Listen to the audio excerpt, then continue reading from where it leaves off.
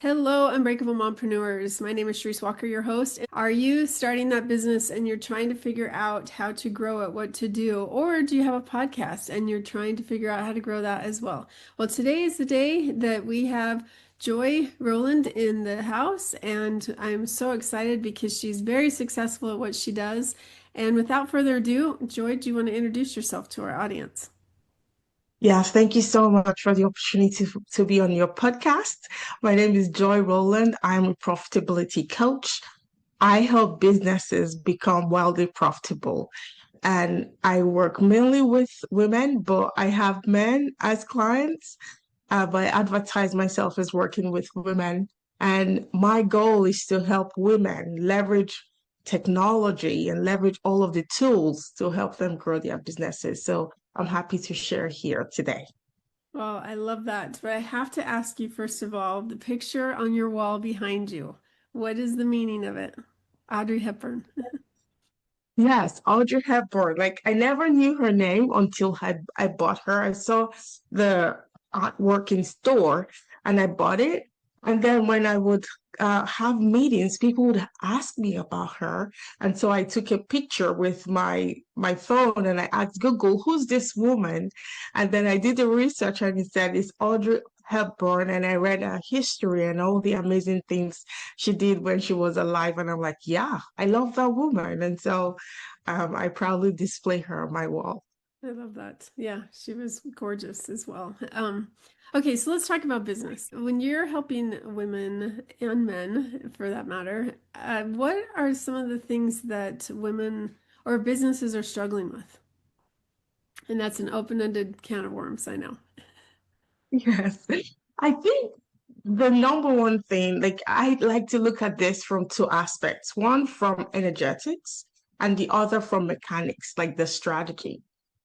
From I feel like the most work happen at the energetic stage, people feeling worthy of success, people feeling like they deserve a successful business.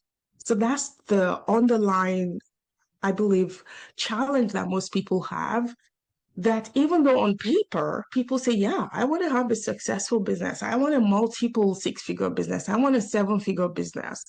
But underneath, at a subconscious level, there is a thought that is holding people back from actually assuming that success. So that's I believe, the number one step. And from a strategy or mechanics point, I believe the challenge is people not knowing what their business formula is. So if I ask somebody today, can you tell me in mathematical sense the series of steps you take in your business that guarantees a client, for example? They can't tell me. Like they just take actions haphazardly and they hope and cross their fingers that they'll have clients or a full practice. So I always encourage people to know the specific income producing actions that create results in their businesses because only when we know that do we have a business. Otherwise, we have a hobby, right? So I believe that's the first step. And when people know their money producing formula in their businesses, then they can do multiple six figures, seven figures, eight figures, depending on their business goals. Yeah. It's been, I'm getting a house ready to sell one of our houses, and our renters destroyed it, right? So I have a lot of time to drive back and forth. It's about 40 minutes away every single day, sometimes multiple times because I have kids I'm trying to juggle with school. And so I have a lot of time to think, and I have a lot of time to drive by businesses. And yesterday I was driving by this business, and it was going out of business sale, and it's a very big box store. And I thought, oh, that's interesting that that's not working anymore. And then I hear on the radio, because we're getting ready to host the 2034 Olympics here in Utah. And so they talk about how they had a fundraiser yesterday. They had over $200 million that was raised for fundraising, like more than the history of any type of Olympics, because that's what we do here in Utah. And Mm. it's interesting because like multiple businesses donated $20 million each of those businesses to this fundraiser. And so I think about this like, okay, so you have a business, and there are the prominent families that are here in Utah, very familiar with them.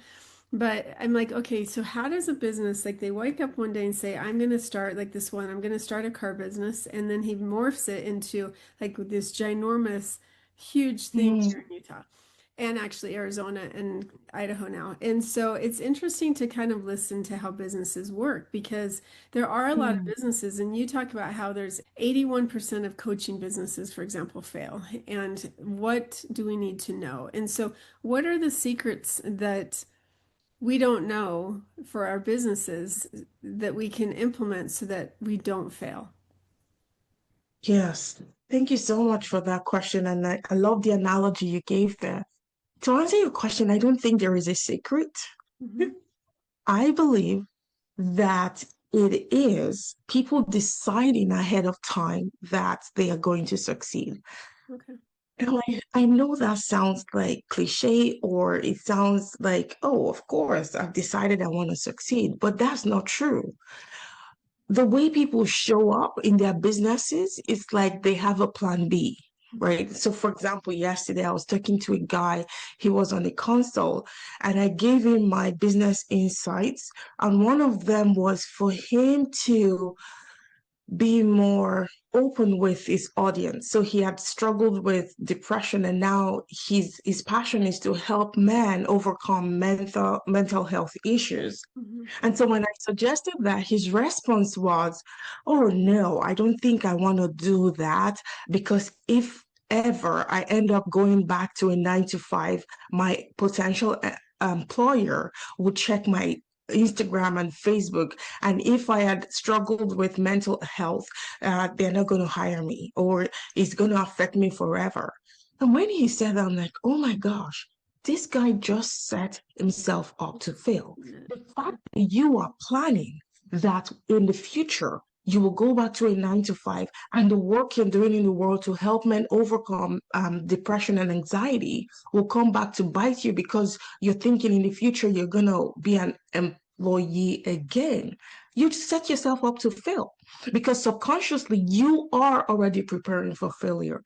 So, to answer your question, people need to be 100% committed to their desire to create a successful business, and almost kind of remove any plan B. Because if there is no plan B, you will succeed. I'll give you an example. When I left my home country in Africa when I was 25, I left a horrible situation economically. My family was struggling. And I said, oh my gosh, I need to go make money just to feed my mom and dad. Right. So when I left, there was no doubt that I would create success. I know that sounds kind of brash somehow, but the alternative was to go back to poverty, right? So in my case, it was succeed or succeed. People don't have that, oh my gosh, I'm going to succeed in this business. They have plan B, they have a backup plan. They're going to move in with their mom or their grandparents. All of that backup plan is there. So I believe that's the number one thing. And once you are 100% committed to your vision of creating a successful business, oh my gosh, the universe will align in your favor. The way opportunities will show up, you're going to be so determined. You're going to take action from a place of knowing that it's already a success. So that's my long-winded answer to your question. I agree with you on a lot of that, that when people, when they have a safety net, they go all in. And so they are more likely to fail. But what if you have that person that does go all in? But like I had a business partner and she went all in. I will give her that. She went all in, but she ran it into the ground. And I look back at like her personal finances and how they are versus like she should be very well off with a whole bunch of money in the bank and she has like none. And so it's interesting to me that, like, how do you speak to those people? Because is it just a desire to win? Because I look at like restaurants. We went to, on the way home last night, my husband's like, I'm hungry. So we go to this restaurant and we've been there before, like 5 years ago, because it's not where we live. But I walked in and nobody was in that restaurant, like nobody. And you could tell that probably not very many people came in that night anyway. And so it's like they had great food, they had great service, but yet nobody was there. And so how do you help people avoid that? Like they get more clients or they get more customers. Yeah. So for those two examples you gave, I would say is adaptability. Okay. First, for the example you gave about somebody not being good with money, I would say get the right support, right? There are people who have created the kind of success you are looking to create, have the humility to ask for support. And that could be hiring a coach, that could be being in a community of people who have the same ambition. I am in a number of masterminds, and just seeing what other people are doing in the mastermind encourages me to take action. So being in a community of other entrepreneurs helps. Mhm. For the example of the restaurant, I would say it is adaptability, adaptability to what your clients are looking for. For example, we are in the era of AI revolution. I can tell you in my business, just in the last 8 months, I have done over $500,000 just because of AI, because my business has now adapted to AI. We're now using AI. In fact, we are now teaching people how to use AI in their businesses. So many business owners have decided to bury their heads in the sand and fingers crossed, this AI wind just blows away. But it's not going to blow away, right? Mm. So being adaptable and saying, oh, how is AI creating millionaires overnight? I want to leverage that. I want to learn. No longer will I rely on my excuse of I'm not good with tech, right?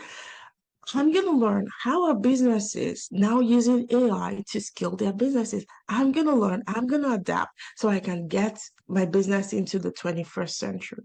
So those are the pointers I have. And then how I help my clients is once we identify your business producing formula, we then have to get better. Mhm. Okay, so I'll use an online business, which is most of what I do. For an online business, if your formula is running master classes or running workshops, and I know personally, every single time I run a workshop, I make about 25,000 on that same day. Like I sell live in a workshop.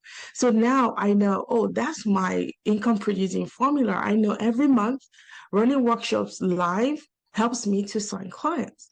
So once you know your business formula, it's now to get better. When I started, I was horrible at presenting live. People expect to be perfect the first time. I was horrible for many, many months. But because every single month, throughout this year, I've done two workshops per month, right? Every single month throughout this year, I haven't missed 1 year and 1 month. And we are in September now. So when you find your income producing formula, you have to hone your skill, get better and better and better, and that's how you grow. I love that. First of all, kudos to you and congratulations because consistency proves a point. Yeah. Russell Brunson's one of my coaches, and he talks about that. You have to be consistent. You have to be consistent. But for those listeners that heard you say, I've made over $500,000 in the last 8 months, they're thinking, no way, I'll never be able to get to that point. I don't even know how. Um, how can you guide them and coach them through saying, like, yeah, you can do it, you're just playing small? How do you get out of that small mindset? First of all, if someone is thinking that, you've already failed. Like you haven't even given yourself the opportunity to get to the pitch, the football pitch to play, right? And so I love your question about how do you get yourself? I believe is giving your brain evidence. The human brain always loves evidence, evidence that something has been done. So I personally, I give my brain a database of evidence of people that's achieved what I am looking to achieve, right? So give yourself evidence and you can use me as evidence. You could say, oh, this girl, an immigrant from Africa with $0, went like less than $0 because I had to get into debt to fund my way through school. If I could figure it out, you can, especially if you desire to figure it out. So I encourage you that you can do it if you want to. You can, and especially that the universe is in your favor, right? If you're believers like me, I believe that God has given me talents, skills for me to profit from. Mm. So find evidence that somebody has done exactly what you're looking to do. Hire help. I cannot tell you a lot about hiring help because my coach helps me when I doubt myself, Mhm. right? Times will come when you're going to doubt yourself. Times will come when you prefer instant gratification than delayed gratification. So those times is when your coach will help you through because there'll be Mhm. mountains and valleys on your journey. So hire help, and as you reach those new levels, you're gonna prove to yourself, "Oh my gosh, I can do this." And you don't need to know how to do it at the beginning. My coach Brooke Castillo says this. Set your impossible goal and then tell your brain it's never been done before. Because your brain wants to prove that it's been done, right? So we never know how until we get there. Like if you had asked me, let's say 10 years ago, how do you make $100,000 per year? I had no clue. But ask me now, how do you make $500,000 a year? I can tell you. Why? Because I've done it, right? So don't try to figure it out. Don't try to know everything before you take the action. Brooke is a good little speaker on stage. I've seen her, so that's cool that you coach with her. And you're probably in that community as well. I love that you talk about that and look for other people, look for that social proof and realize, and I think that's the thing is in that community for some people who don't know, like ClickFunnels, it's been a 5-year journey for me. And it's really interesting because I've hired many of those coaches and people that have been on the stages, and now one moved into my neighborhood, and I'm like, oh, and like the very first time I saw her, and I was tongue-tied. I'm like, what the heck? She's just a normal person.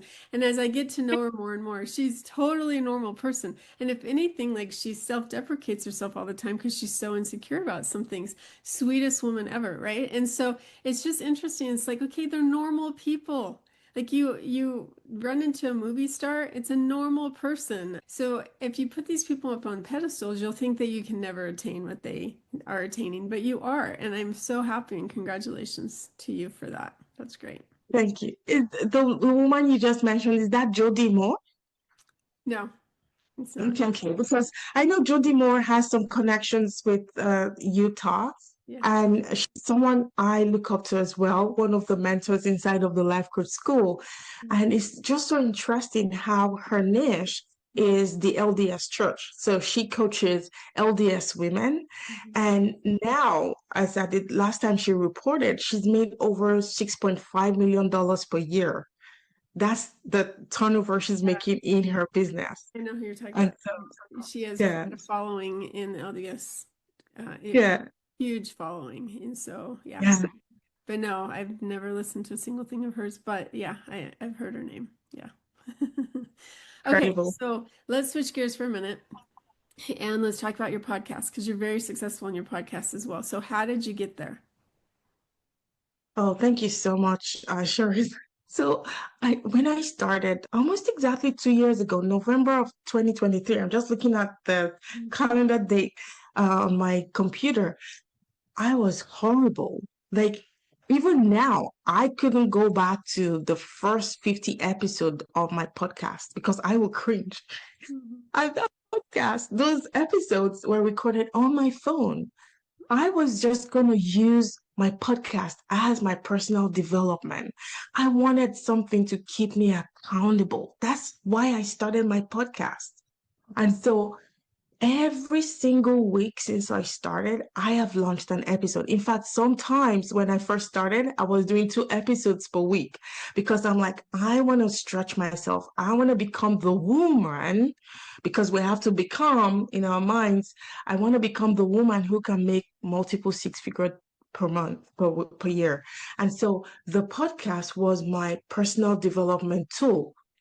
And as I was doing the podcast, I would get like feedback on Instagram. Somebody would create a post on Facebook and say, "Oh, I just listened to episode XYZ of the Joyful Money podcast." And she would do a screenshot. And I'm like, what's going on? This is the girl from Africa. Like, aren't people aware? So I was willing to be horrible publicly, which is what many people aren't willing to do. People want to sound polished. People want to sound perfect because they're afraid of rejection. They're afraid of people laughing at them online. But I was willing to be horrible publicly because I knew if I could just get better every single week and just honing that muscle, I knew that I could do a lot in the world. And it's my life's work that I want to, when I leave this earth, I want to make sure I go with nothing that God has blessed me with. And that's what propels me to keep going. Love that. You're such an inspiration. I just love your wisdom. I love your experience and I love your determination and the fact that you are an implementer and you do what you say and you have success because of it. So congratulations to that. Um, Thank you. all right. So it is Unbreakable Mompreneurs. And so my next question is going to talk about being a mom. And I want you to imagine yourself if she's 6. I want you to imagine yourself sitting on a park bench and watching kids play or your daughter play on the playground because she's young enough. And a 9-month pregnant woman comes and sits next to you. If you could give her one piece of advice about anything, what advice would you give her?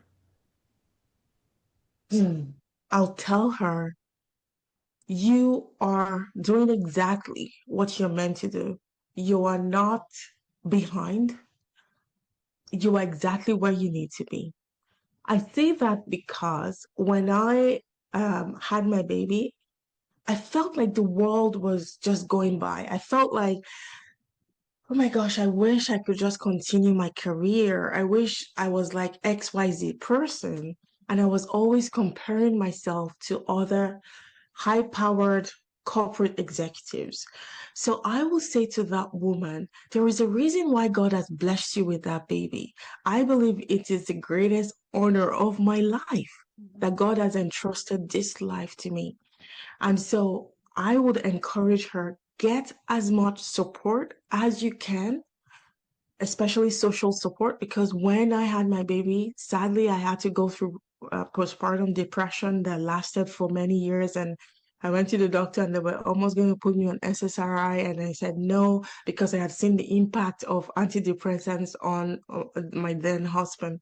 So I would encourage the woman, have grace for yourself in this season of life you're in and just enjoy the moment. Enjoy the moment. And for many women, we run our businesses alongside being moms. Take your kids along on the journey.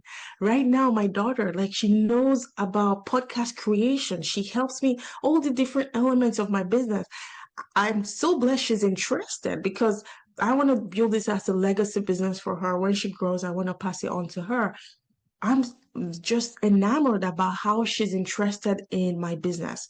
So I encourage women, bring your kids along, let them learn with you and teach them, and just have fun running your business.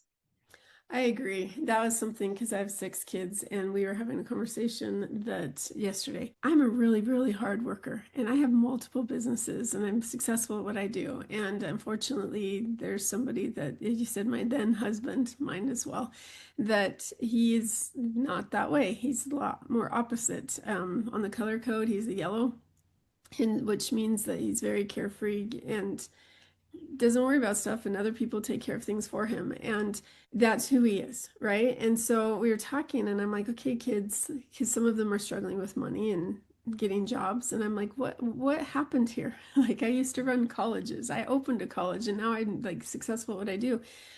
What's going on, and I think part of it is they see the entrepreneur side, that I used to run college, so it was like it was a job, and now I have my time that I can do what I want, right? And so I think sometimes they're like, well, I don't have to get a 9 to 5.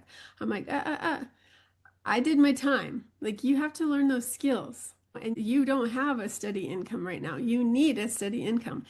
And so it's like we were having that conversation, and it's interesting because I wish that while I'm up until like this morning, 3 a.m. in the morning, taking care of things and then up again at 7 so that I can take care of my kids. And that's not, I've been purposely trying to get sleep, but last night was different. And so I'm like, I should have had them involved. While they're just watching TV or playing on something, or like up, like I should have them down here. Okay, you guys, like you, let me show you this podcast, and you get to help me edit it, and you can help like get them more involved. And with my real estate, I do involve them so much that they hate it, but other stuff, like what do they enjoy? And I think that that's important because you're teaching her such important skills that I didn't have growing up and you didn't have growing up. And so I think that that's amazing is to get them involved is great advice. And to enjoy the journey is also good. Yes. Enjoy the journey. I love what you just said about your kids. The other day, my daughter, she said, "Oh, I don't want to go to school." And I go, "Why?" And she said, "School is so hard." And I'm like, "Girl, we embrace hard things. Girls do hard things." Yes. I love that your kids are like, "Oh, I don't have to get 9 to 5." And technically they don't. So Right. you can actually employ them in your business. Yeah, teach them. Give them the YouTube to watch how to edit podcast episodes, then employ them and then pay them to do the work. Yeah, no, it's so true. It's so true. I haven't bought a course, you know, from one of those people in the community. It's like a $7 course. I'm like, it's worth it. Kids, like, you want to do this Yeah. YouTube channel? Let's watch this. So, yeah, find out what they're passionate about and then they Yeah. get them involved. So I love that. All right. Well, if our listeners wanted to learn more about you or employ you or get to know you, how would they do that? Oh, thank you so much. So the first step is to send me a DM. I love creating like personal relationships first to get to know people before we explore working together. So just send me a DM, say hello, introduce yourself, and we'll take the conversation up from there. I love that. Well, Joy, thank you so much for being on. Thank you so much. It's been a joy, pun intended, being on your show. And Unbreakable Moms, I hope that you took something from this and specifically that it's okay. Believe in yourself, which is everything I want you to know, is that you can do whatever you set your mind to it and you deserve it. And if you need help along the way, then reach out to me or Joy. And in the meantime, go out and make it a great day. And like and subscribe. See you later.